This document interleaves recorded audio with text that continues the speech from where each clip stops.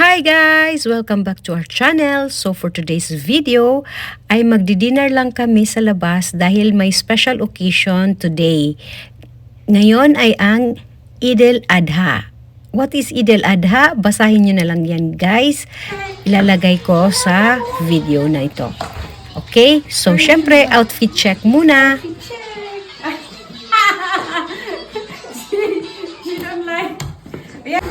So, ayan, dumating na kami dito sa restaurant, guys. Pasok lang kami saglit, okay?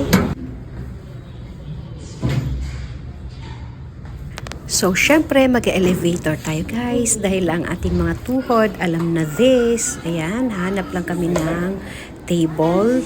Mixed cuisine ang in-order namin, guys, para makain namin kung ano ang gusto naming kainin. O, ayan, gutom na si Baba at si Mai. Kaya kumain na muna sila ng appetizer. May spring roll. Siyempre, si Mariamin ayaw niyang kumain ng mga ganyan. Ayun, may seafood soup si Baba. Ito Caesar salad. Corn soup para kay Ate Mariam. Then, ito naman yung noodles and then fried rice. Ito naman yung chapati guys, yung Indian flatbread. Tapos chicken 95, then Indian chicken. Siyempre, tapos na kaming kumain. Then, harutan time. Want me to do harutan? What? It's been. You know what you want? What you want from me?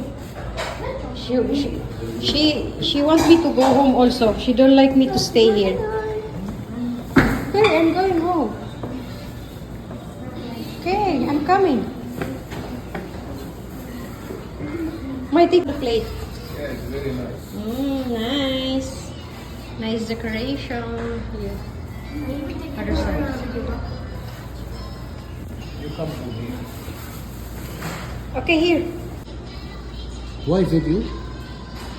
It's video? Okay, change it to photo. We're heading to the car now, guys. Ayan si Mai, Ate Yam Yam. Pasok na sila sa car. Yan si Baba. Pero syempre, for today's video, ako muna ang driver dahil masakit ang tuhod ni Baba.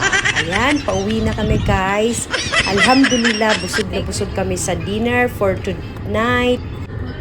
I'm the driver, guys, for today's video. For today's video, I'm the driver. Okay, guys, follow me. Follow me for more. Follow me for more videos.